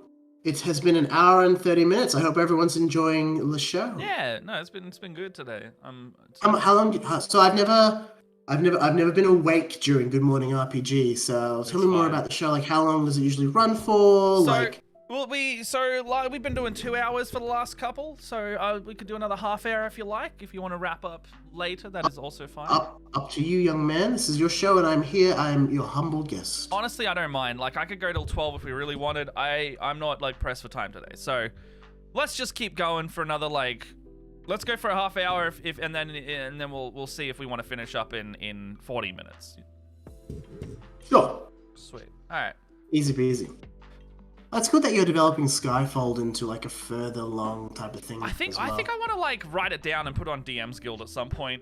You know, like Yeah, you should. It's a really fun adventure, and I want to actually do a recording of it, like with us, like take some of Split the Party and some guests that have never run it before and put them through Skyfold and see what they do with it. I think that's a really good idea. So get like Lydia and a few of the others. I don't think Brendan's run it either from memory, because I think he joined that campaign straight after Skyfold, but he knows a lot about it.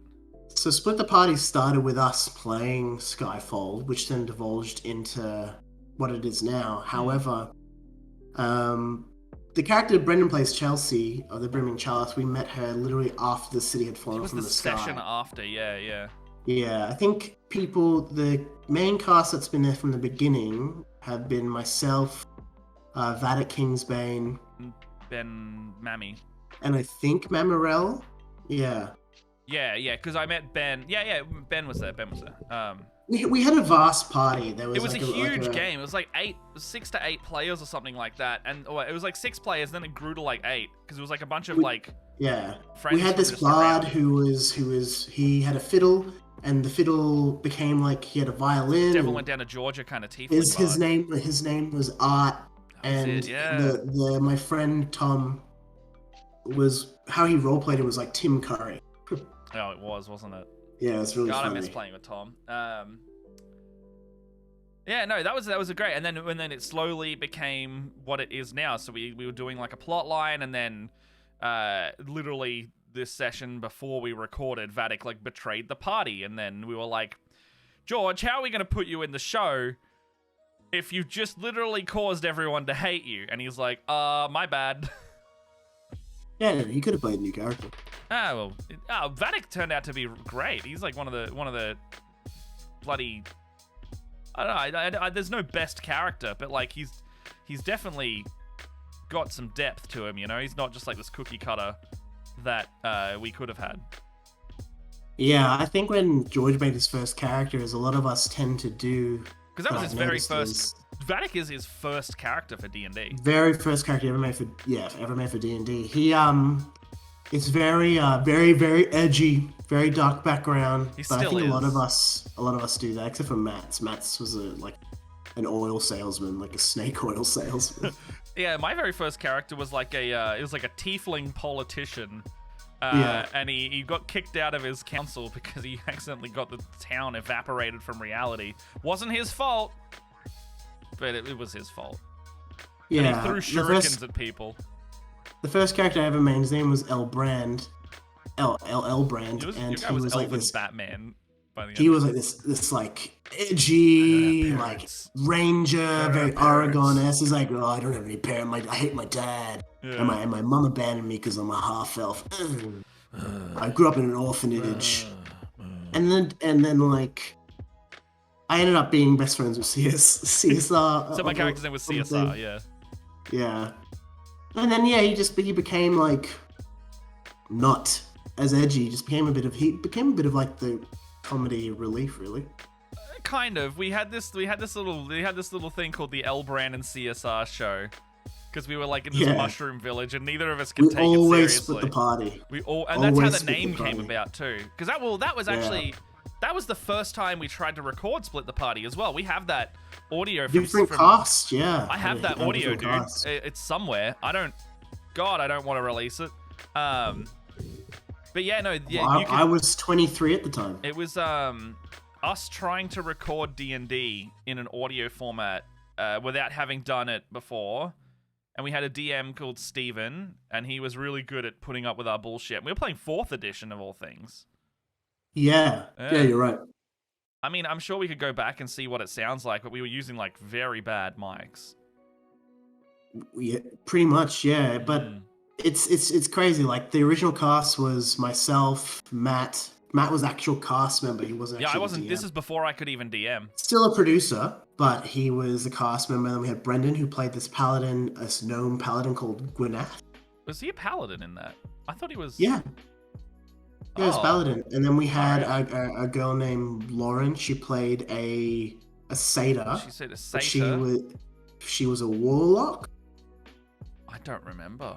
And this guy named Ryan Smithers was our cleric, and he played a female half-elf cleric. Yeah. Who was non-binary. I think so, yeah. So, not female, non-binary. Yeah.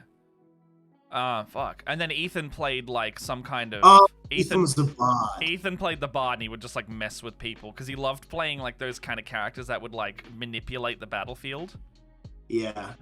Not necessarily doing like outright damage. And that was the original cast.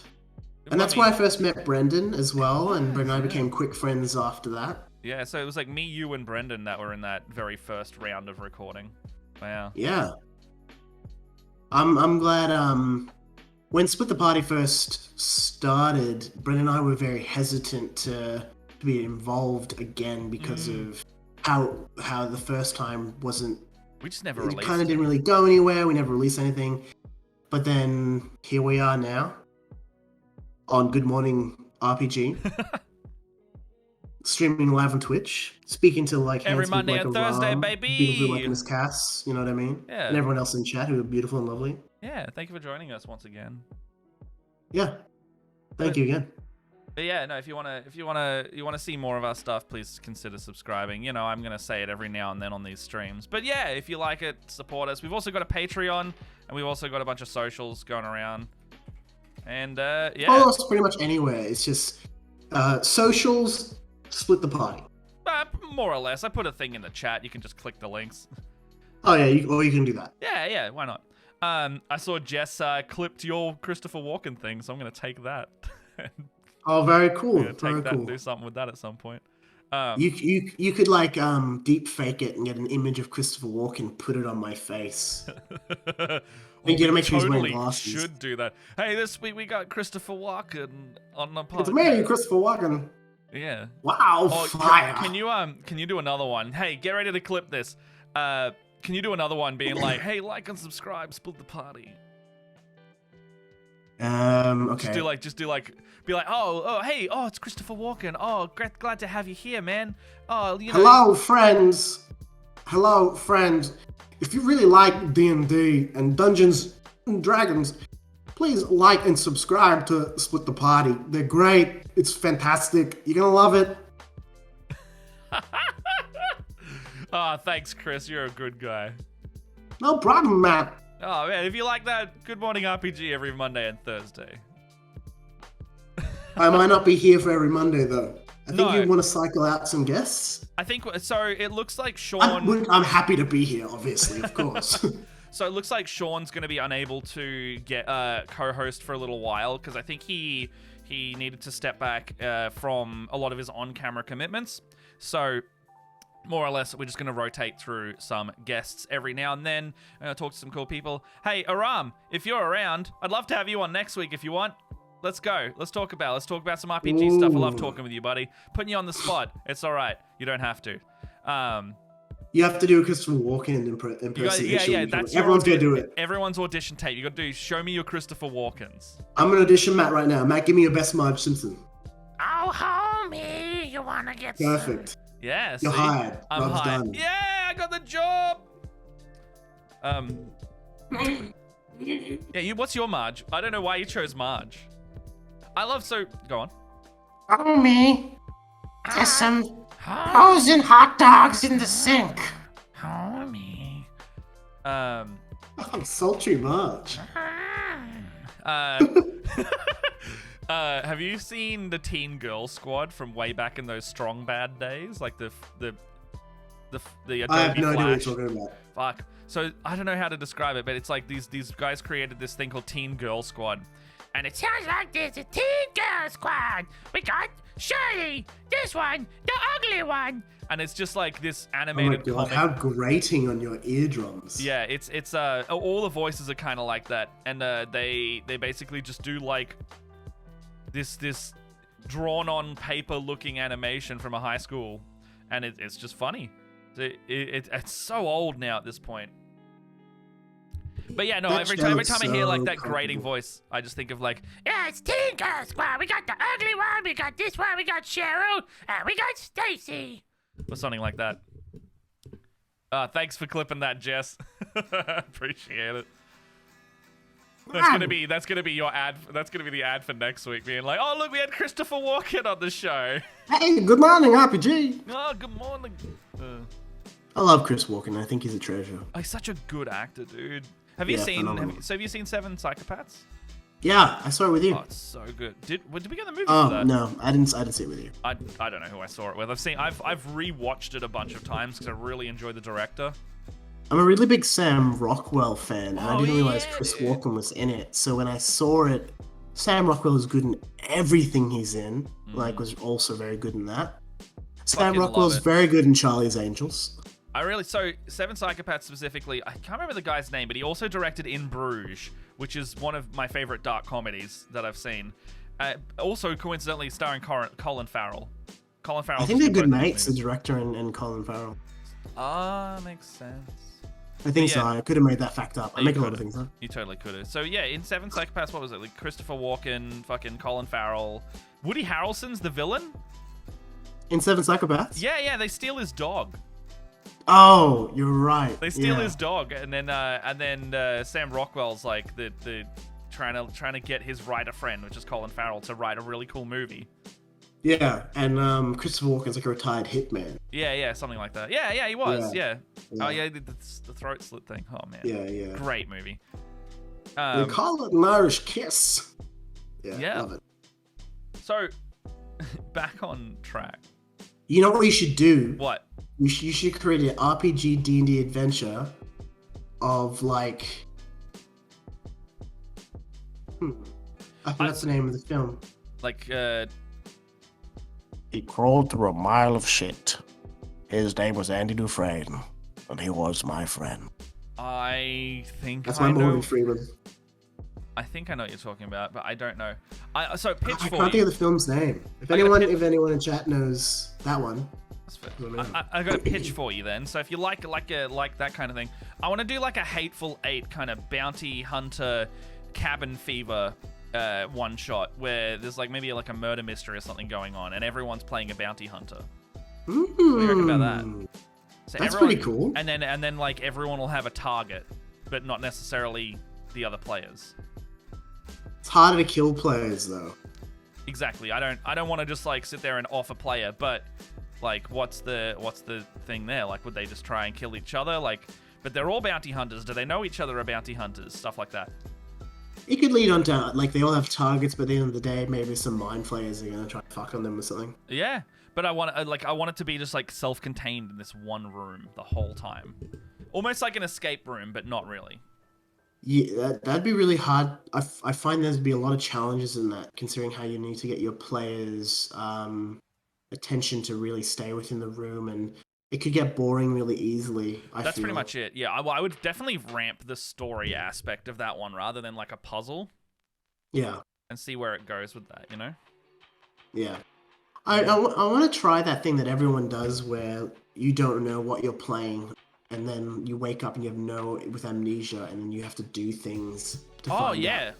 And you got to work out. I've always wanted to work that. You get an empty character sheet, and then you have to fill in details as you go. I'll run that. I've been wanting to run something like that, but I forgot about the concept. But it'd be hard on the DM because the DM would really need to know these characters' stats. Do you know what I mean? That means like what the proficiencies are. I would just say the DM should just have, like, if I was going to do that, I would make the characters myself, and I would have them up on screen and flick over the tabs to that tab whenever I'm talking about them. Oh, yeah. Yeah, that's fair enough.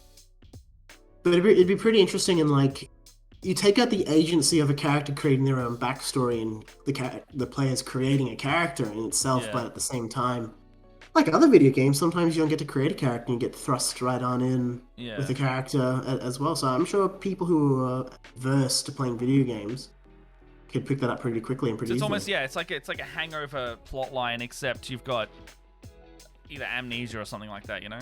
Yeah. And you're trying to work out your class and your spells and your abilities. Board game I really want to play is putting a bookmark into that conversation. I really want to play Villains. What's that? Have you ever played Villains? No, I don't even know what I have no idea. It's like I thought you knew about it. It's based around Disney villains, and you do bad things. I think. I don't know. If anyone in chat has ever played Villains, please let me know, because I have no idea what it is, but I want to play it. Well, tell us about it. Tell us about it. I can. What do you know? I can bring up. Let me Google something really quickly, and I'll bring it up. Villains board games. Games plural, just board game. All right. In Villainous, it's Villainous actually, not even Villains.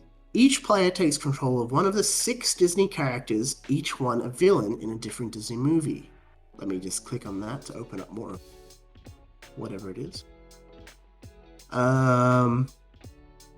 Each player has their own villain deck, fate deck, player board, and 3D character.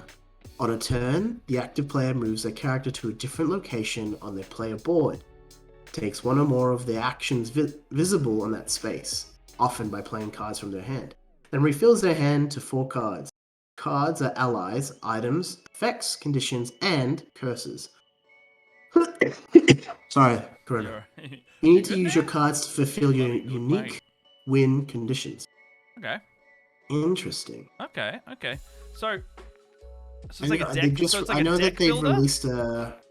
I guess. I know that they've just released a like a Marvel villainous one. We can be Marvel villains. Well, you should pick it up. We'll play it. I don't know. Yeah. Pass me a spare like $80, and there you go. Fair. If anyone is from the States right now, I'd love to know what's like a medium board game price. Like what's pricing like for board games in the US? Because I don't know. I can imagine like $30-$40 would be pretty standard, because like you see a lot of, so $60 in the US you could expect to pay about $100 here, because that's what video game pricing is. And also like I think stuff, it's like stuff usually hits $60 and then will peter off a little bit more, and it'll be considered quite expensive if it's above that. Crazy. Yeah. I mean, that's the conversion though. $60 is about 75 Australian, but then we charge more because they go, oh, we got to ship it over here, and I'm like, all right, sure. Yeah. I know we're one of the most expensive places to buy books in the world. in Yes. Australia. Yeah, I It's usually. cheaper to buy books. The cheapest place is the U. That's why a lot of Australians use Book Depository, because it's got free shipping half the time, and the books are actually good price. Yeah. There you go. There you go, Book Depository. Shout out. Yeah, sponsor us, Book Depository. Speaking of though, even though Sean has stepped away from doing the on-camera stuff as much, he's still keen to do back-end, so he's going to help us out with sponsorships on that side. Oh, that's awesome. Yeah. No, I was talking to him about it the other day. What else we got? Okay, something I've been wanting to talk about. What's your favorite / weirdest / strangest story in a role-playing game? Like, what's the strangest thing you've done or have experienced? Strangest / weirdest. I can go off a D&D thing. So the first time Matt... whatever you want. It's not the strangest, but not the weirdest, but it's most frustrating. One of my most frustrating stories. But as a positive, it was a learning experience for none other than Matt. I know exactly Brown. what you're talking about. Yeah, go on. So we wanted to, when we first started playing D&D, we wanted to try and all have different turns being the DM. It was Matt's turn, and I think I created this half giant character who was really sweet and very stupid.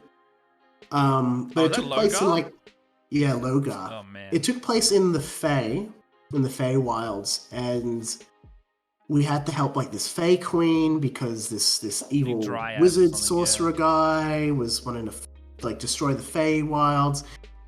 And there's this huge war combat thing that we did, like a huge war zone, it was legit. At the beginning of the Fellowship of the Ring, when they're talking about the forces of men and elves fought the forces of Mordor, it was that type of battlefield. Yeah. We tried to get to the bad guy, and we eventually did. We fought our way through the battlefield with the Queen to get to the bad guy. And Matt did his fucking best to really kill the Queen. He did it because in Matt's mind, when he first played D&D, he was like, I have all these things I can do, so I have to do them. I have to move. She moved into the fire. I'm like, what is she doing walking in the fire, Matt? Snoop's like, oh, I know I hate fire, but I'm going to walk into it. I was so frustrated. I just couldn't. Yeah. I definitely, yeah. She walked into the fire and did something else, and she was just taking fire damage. It's she wouldn't do that. Yeah, but that's a big learning curve, and I think it's you've grown as a really great, competent DM from then, which is amazing. Oh god, I hope so. I hope I've improved from that one. The only other times is when, has anyone in chat ever played a board game for the first time and you just you do really well, and you win, and you're it's the first time you're playing the game, and then someone could have been playing a big fan of the game, or they've loved the game for so long, but then you win and they're oh fuck. Speaking of strange scenarios, I had a player once. He was I think it was in Tomb of Annihilation, I want to say. Just questionable, strange decision making. He got arrested and then was going to get executed by T-Rex or something like that, and he got put in a pen with a T-Rex. And then the whole next session a pen, a writing pen, a felt pen. No, like an arena. Okay. And so the rest of the party spent the next session trying to organize a heist and executed it very well. And they get to the point where they've unlocked his door and all this stuff, and he's about to get out, and he runs out with them, and they're all going left. There's a T intersection of a hallway going left and right. The left way has the door and the exit and one guard. The other way has a phalanx of 8 guards leading to the T-Rex pen. And so he gets out of the jail and he runs up to them and he looks left, and everyone's come on. There's his guys going come on, let's go. And then he looks to the right and there's this phalanx of guards, and he goes, hey guys, watch this. And he's a monk. He wind runs or something up on the wall and successfully goes all the way around them and runs right. He didn't know where he was going, and he ignored the way that was to leave. And I was that is strange. I'm getting really frustrated listening to this. And he goes right, and everyone was dude, what are you doing? And he's no, I got this. And he runs around the corner, and he realizes he's now in the T-Rex pen with the T-Rex. And he's like, okay, that's fine. Look, I'm going to climb the wall. I'm going to stealth out. Now everyone's just like, just turn back. Just turn back. And he goes, no, I can do this. He tries to stealth. And he gets a natural 1 and stands on the T-Rex's tail. T-Rex just wakes up, looks down at him, and he's just like, oh shit. And just runs, tries to run back to the doorway. Except he's only got 30 feet of movement, and the T-Rex has 50 feet.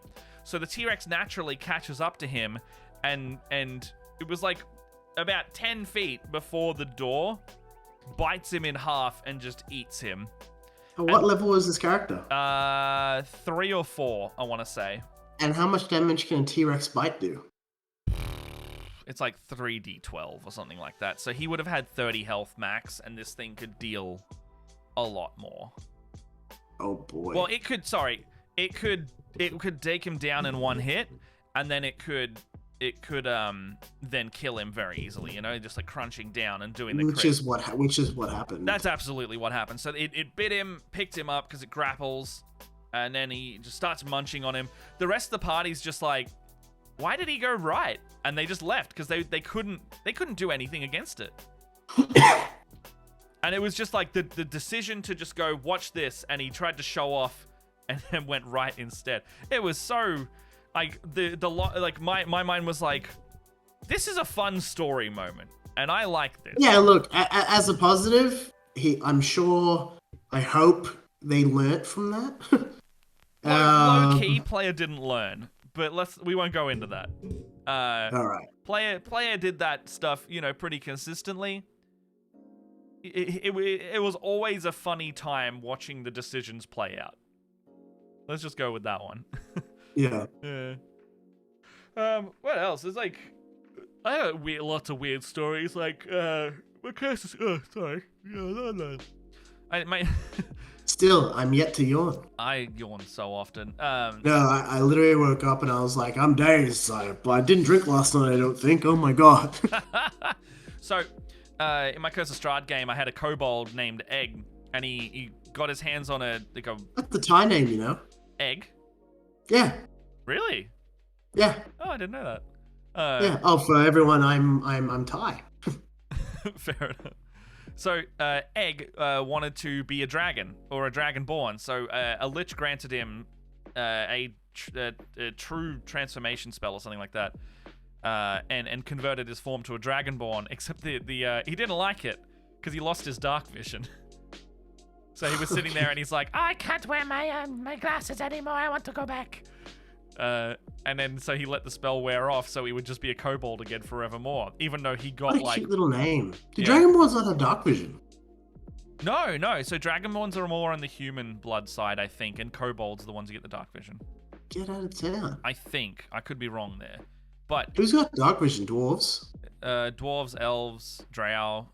Lots the of things have dark vision. Half-elves don't, I don't think. I don't remember, to be honest. There's so many. Tieflings? Tieflings would, yeah. Not halflings. No, they don't. I don't think tieflings do, because I think it was Mr. Bobby Fat couldn't see in the dark. Oh, true. Yeah. But what else we got here? I don't really have any other weird or strange stories. Luckily for me, well, maybe what's your favorite moment with your character? Like, what's the favorite thing you've done with a character?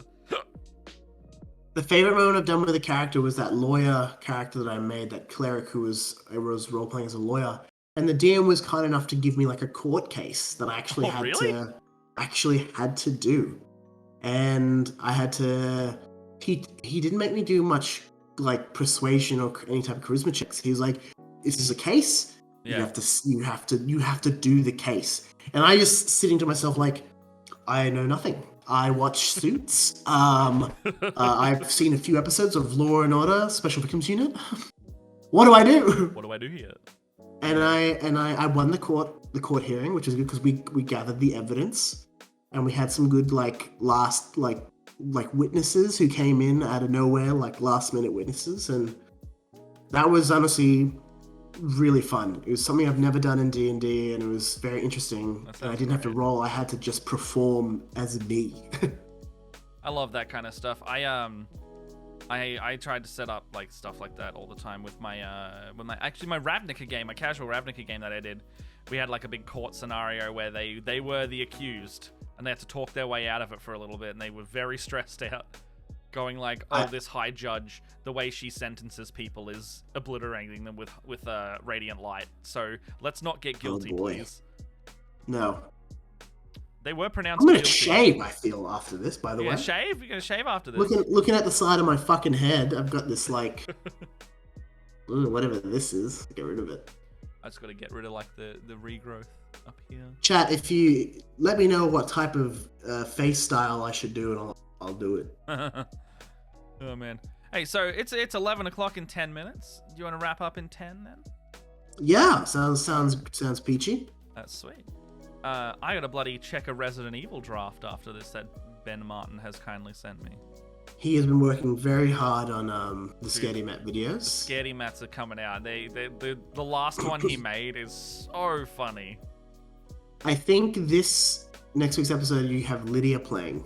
Yeah, so Lydia's gonna be playing a bit in this next one, and then I think she switches over at the end, maybe. I'm not sure, but it's we'll probably just call it Scaredy Lydia in this one or something like that. He was showing me some of it the other night. He was like, you gotta come see this because Matt does this thing. So Lydia's sitting there playing, and then Matt obviously looks at the second monitor to see where Lydia's situated on screen. And I just move her? And without saying a word, Matt just grabs her chair and just physically moves the chair and then just sits back down. He's like, ready to play. So funny. I think it's because I think in that one I was like, hey, you need to, like, at some point we were like, before we were recording, I was like, move over, and then she kept like, I've noticed when we record that we kind of float side to side a little bit. So like when we start drifting, we can't really just like say it on camera. So I was like, this will be funny, and just move her. Well, I feel like as I'm looking at the screen now, I'm looking like not at you. Well, look at me then. Come on, look at me. Like, hold on. I think I can flip it. I think I can flip it in these options. Yeah, but then you're gonna look weird because you know when you ever flip someone's head and they look weird in the photo, it's gonna look like that. No. Just Oh, nope. That was upside down, man. How about this? Yeah, it's fine. It looks fine. That's better. That's so much better. You look strange because your hair's going the wrong way. Oh yeah, well sometimes I get bored of where my fringe goes, so I put the other way. No, you didn't do that. The camera did that because it's all flipped now. It's all mirrored. Exactly. Yeah. But now I'm looking at you when you speak. That's fair enough. Hey Ben, how you doing?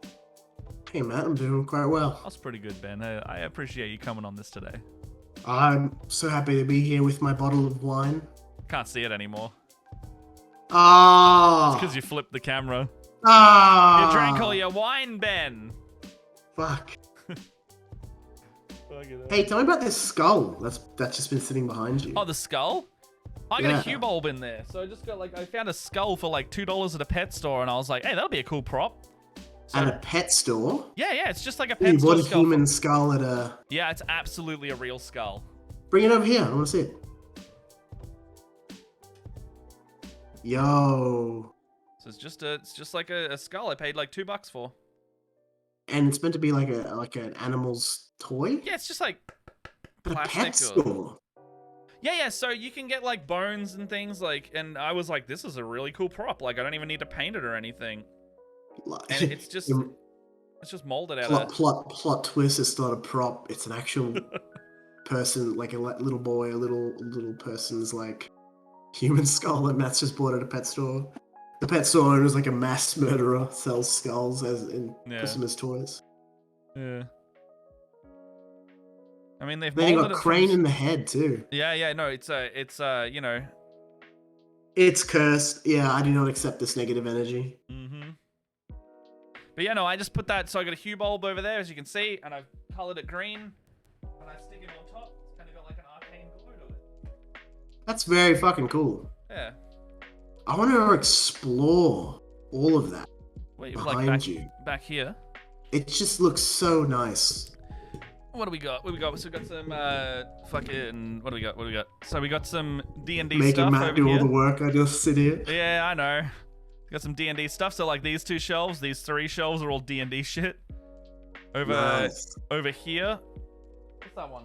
It's got a bit of League of Legends shit on it and some Magic the Gathering stuff and some props from Chapter 4. Bunch of DVDs that I sit in front of because, you know, I need to put them somewhere. Nice. What else we got? Hey, did I ever give you back all your Naruto DVDs? Yeah, they're all down on the ground. So I got Good. like 21 or 22 Naruto DVDs from the original series that I was collecting and gave up on because there was too many. When I was 24, 25. Yeah. I'm saying this like really old. When I was 24, 25. I found out Matt had all these. I've never seen Naruto. When I was a kid, I saw it. I was like, Naruto sucks. It's fucking great, And though. when I got older, I was like, I'll just give it a go. I'm really into anime now. So Matt gave me all of Naruto. This is like before Shippuden, like all of Naruto. Yeah, this is OG. Like, so 16 of those DVDs out of the 21 are the complete original series of Naruto, like 220 fucking episodes. It took me 2 weeks because I watched every single episode filler. You watched the filler as well? I watched all 16 DVDs in 2 weeks, and I was like, I'm on to Shippuden. And I watched 2 episodes of Shippuden. I'm like, I'm burnt out. Dude, Shippuden is so much better too. You're genuinely missing out on that one. Yeah, I know. Shippuden, I mean, I've got 5 DVDs of Shippuden if you want to get yourself started, but I mean, you could also just watch it on. This is all this was before Australian internet was good enough to stream all the time, so. That's yeah, we had to get our anime from JB Hi-Fi and. Or other means. Legally, definitely legally. Definitely legally. Yeah, fucking those DVDs are not cheap either. They're like $50 You should a pop. do a fucking RPG, D&D, Naruto, fucking. I do Hidden want Brown Village. You said the Hidden Brown? Yeah, the Hidden Village Brown in the Village. Hidden Brown. That sounds like a shit village, Ben. Like literally Yeah, a it shit does. village. Doesn't it? Village, garbage hidden in people. the shit. I do actually really want to run like an anime themed kind of like one shot, like do a day or two of George recording. would love that. Sorry? George would love that. Yeah, like I would play this type of dude. NVC DM's got it. It downloaded on LimeWire. I'd be like the glasses Yeah, guy. dude. So I want to run like a shonen or like superpower kind of anime D&D one shot or something. So everyone's running like some cool shit. We can go through like a bunch of anime tropes and do some like bombastic kind of stuff with it. I don't know. It's an idea I've had for a while that I really want to either stream or do. Oh, download it on LimeWire. Yeah. LimeWire. Oh, it takes me fucking back. I destroyed my computer with I fucking LimeWire. gave my family's computer so many viruses on LimeWire. I think I was like 11 or 12 when I learned how to use that. Yeah, and then I moved on hell. to uTorrents, which I don't torrent anymore. No, I do not torrent at all. Not in the slightest. No, but I don't. Government. Not at all. I can't, as an Australian, I can't access any of those websites. I don't know what to do. Yep. Shit. Arrest Matt. Huh? NBCDM is a cop. They've silenced me. He's wearing a wire. They're wearing a wire. Oh shit. Should we wrap this thing up? I'll put on the outro Yeah, music and Matt, then... I've really enjoyed the show. I hope everyone in chat has enjoyed the show as well. We've seen some people come, some people go. I've got 950 points that I can spend to do things. Well, so what we like to do on this is we'll put on our outro song, and then we'll pause the Spotify track right here, and then I'm just gonna give you the spotlight, Ben. You can say whatever spruik. So usually it's like with Leia and I, or Sean and I, we would go through what we're working on, go through like little links that we've got, or like if you want to plug anyone or yourself, you've pretty much got the floor to do that with, and then I'll have a little wrap up as well. Oh, okay. Well, it's funny because I work with Matt, so whatever he's working on, I'm working on. Well, you know. But it Hold seems to be a I'm regular trying to get thing. the song, Ben. I'm trying to get the song. I'll give you a 3, 2, 1. All right, here we go. I've got it working. All right. Go for it. You're on. You didn't even say 3, 2, 1. He just pointed. Yeah, I He did. pointed and was like, "Yeah, you're on." 3, 2, 1, go for it. Hey, the song's already been playing. Oh, this fuck, is I'll start it this again. is a I'll start mess. again. It's 13 seconds. No, I'm going. I'm Alright, going alright, now. alright, Leave it okay, running. Okay, ready, we'll reset. I'm We'll going reset. now. We'll reset. 3, 2, 1. Hey everyone. Thanks for watching Good Morning RPG with myself guesting as a host and with Dancing Matt over there as well. I work with Matt, so whatever I'm working on, he's working on. But what seems to be something that's happening quite often is on Sundays I stream. And it could be anything. It could be Solasta. I might start doing different games. And in the works, I want to do some like nighttime games where I stream like Among Us with Friends or Project Winter. I think that would be really interesting to do, and I think you guys would have a lot of fun watching me play that with people that I know, maybe some of the cast. You can find me on Instagram at Banjek, okay? It's down there. Did I but forget it's to put missing the a K? K. Did I He always forget the misses K? a K. I always forget Yeah. the K. There's a K at the end of that, down below where it says my name. So you can find me there. You can find me at the same one on Twitter, I think. Yeah, you're pretty much the same everywhere. Go find me on Facebook. I won't add you as a friend. I might. Who knows if I will. And that's me.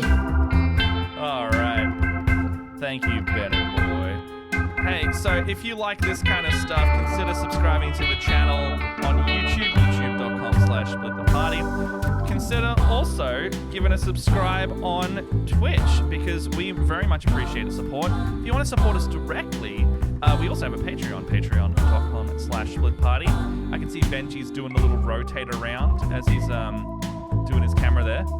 But yeah, you can just find us pretty much anywhere, Split the Party. You can see a number of our things. You can see our latest video up here. Ooh, look, it's a chapter 4 one. So you can actually see there's some revelations coming out as Benji is very shocked in that thumbnail. Good Morning RPG, love to see it. Love to see you coming on. Thank you for joining us, Benji.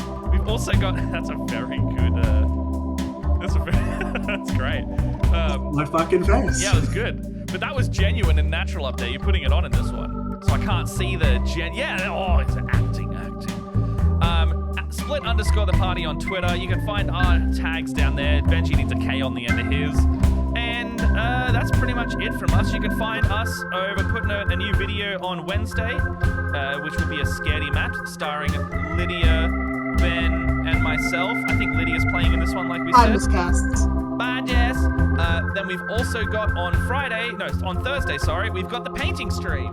I was really looking forward to painting the dragon last week that I have primed. So I primed this with my airbrush, if you can tell.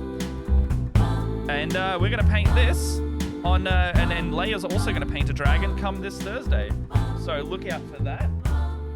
And then on Friday, I don't know what's happening, but on Sunday, is it Sunday you're streaming, Ben? Apparently. Back over here on this channel, streaming on Sunday, possibly. Solasta. Just look out for our Discord announcements if you want to get in our Discord. You can find it somewhere. Could someone put a Discord link in the chat? Oh, fuck it, I'll do it. Here we go. Here's a Discord link. And if you want to come and find out bloody schedule, you can find that there and on Twitter. I think we're done. I think we're good. And I will see you on Thursday. See you around, everyone. Bye. Bye-bye.